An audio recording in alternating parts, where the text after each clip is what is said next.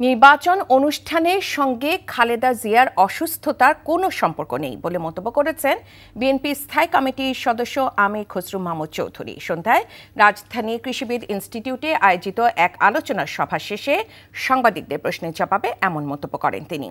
কক্সবাজারে দলটির স্থায়ী কমিটির আরেক সদস্য সালাউদ্দিন আহমদ বলেছেন, দীর্ঘ ১৬ বছরের সংগ্রামের মাধ্যমে বাংলাদেশে ফ্যাসিবাদ মুক্ত ও গণতান্ত্রিক পরিবেশ পুনঃপ্রতিষ্ঠিত হয়েছে। সালাউদ্দিন কাদেরের রিপোর্ট। ঢাকা ফোরাম ইনিশিয়েটিভ এবং ইউথ স্কুল সোশ্যাল এন্টারপ্রেনার্স এর যৌথ উদ্যোগে অনুষ্ঠিত হয়েছে জাতীয় যুবনীতি সংলাপ। দেশের প্রায় ২৫০ শিক্ষার্থী, তরুণ পেশাজীবী এবং যুব উদ্যোক্তারা এতে অংশগ্রহণ করে। অনুষ্ঠানে প্রধান অতিথি হিসেবে উপস্থিত ছিলেন বিএনপির স্থায়ী কমিটির সদস্য আমির খসরু মাহমুদ চৌধুরী। বলেন, ১৮ মাসে ১ কোটি কর্মসংস্থানের লক্ষ্য নিয়ে অনেকেই সন্দেহ প্রকাশ করছে, কিন্তু বিএনপির গবেষণা ও বাস্তবসম্মত পরিকল্পনার মাধ্যমে প্রমাণ হয়েছে এটা সম্ভব। অনেকে বলে এগুলো একটু আপনারা কি একটু বেশি অ্যাম্বিশিয়াস হয়ে যাচ্ছেন না?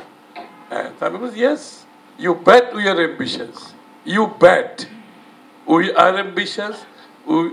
অ্যাম্বিশন ছাড়া কোনো দেশ আগাইতে পারবে লাইফে? আমাদের তো এই অ্যাম্বিশন থাকতে হবে তো লাইফে, এবং আমরা অ্যাম্বিশিয়াস, ইনশাআল্লাহ উই উইল অ্যাচিভ ইট। এদিকে সকালে চকরিয়া উপজেলা কোনাখালী ইউনিয়নে গণসংযোগ ও পথসভায় বিএনপির স্থায়ী কমিটির সদস্য সালাউদ্দিন আহমদ বলেন, সরকার গঠনের সুযোগ পেলে কৃষকের জন্য কৃষি কার্ড, ন্যায্য দামে বীজ সার এবং সহজ শর্তে কৃষি ঋণ নিশ্চিত করা হবে। বিএনপির প্রতিশ্রুতি, আমাদের শপথ, বিএনপির শপথ, বাংলাদেশের মানুষের অধিকার প্রতিষ্ঠা হবে, গণতান্ত্রিক বাংলাদেশ প্রতিষ্ঠা হবে, আইনের শাসনের বাংলাদেশ প্রতিষ্ঠা হবে। ইনশাআল্লাহ এই দেশে সকল মানুষের নাগরিক অধিকার, মৌলিক অধিকার, মানবাধিকার, গণতান্ত্রিক অধিকার, সাংবিধানিক অধিকার প্রতিষ্ঠা করব, এই আমাদের শপথ। এছাড়া দেশের সকল নাগরিকের জন্য মানসম্মত স্বাস্থ্যসেবা নিশ্চিত করার কথা জানান সালাউদ্দিন আহমেদ। সালাউদ্দিন কাদের, এনটিভি নিউজ, ঢাকা।